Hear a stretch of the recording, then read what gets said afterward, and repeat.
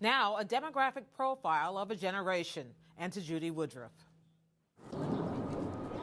They are 18 to 29 years old. There are some 50 million of them, and they're often called the millennial generation.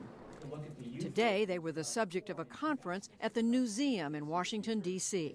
The event, for which I served as moderator, coincided with the release of a comprehensive national study conducted by the Pew Research Center.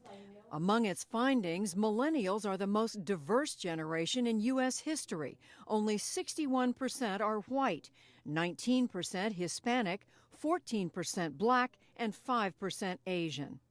That contrasts with those 30 and older, a group that is 70% white.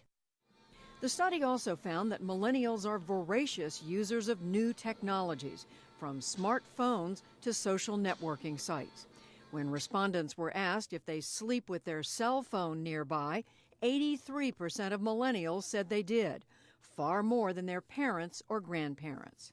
I just got my iPhone for Christmas, actually, from my boyfriend, and it's probably my favorite possession, the best possession I've ever owned. It blows my mind every day, everything that it can do. Well, I text about 150 times a day. I go check my email every day, Facebook, MySpace, Twitter, Tag, all the social sites. So yeah, the iPhone, I play video games all the time. The report also found that millennials are the most liberal generation and have different views about the role of government.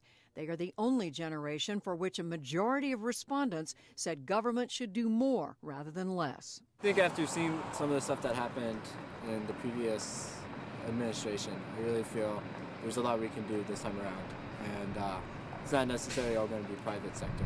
It's going to be the government. There's only so much Microsoft, Google as an individual company can say versus America as the aggregate. Right when I get out of med school, my goal is to go around the world and bring aid to people who are underserved and underprivileged in foreign countries, and then eventually bring it back to America and serve people in my own country, in my own home state, and just basically promoting education, promoting awareness, and helping improve the quality of life of other people. Because I don't know, that just seems like the main goal of living a good life, helping other people get there too. And that willingness to serve, another characteristic of the millennial generation. And a note, the Pew survey is a follow-on to work that Pew and the NewsHour collaborated on a few years ago, looking at millennials under the heading of Generation Next.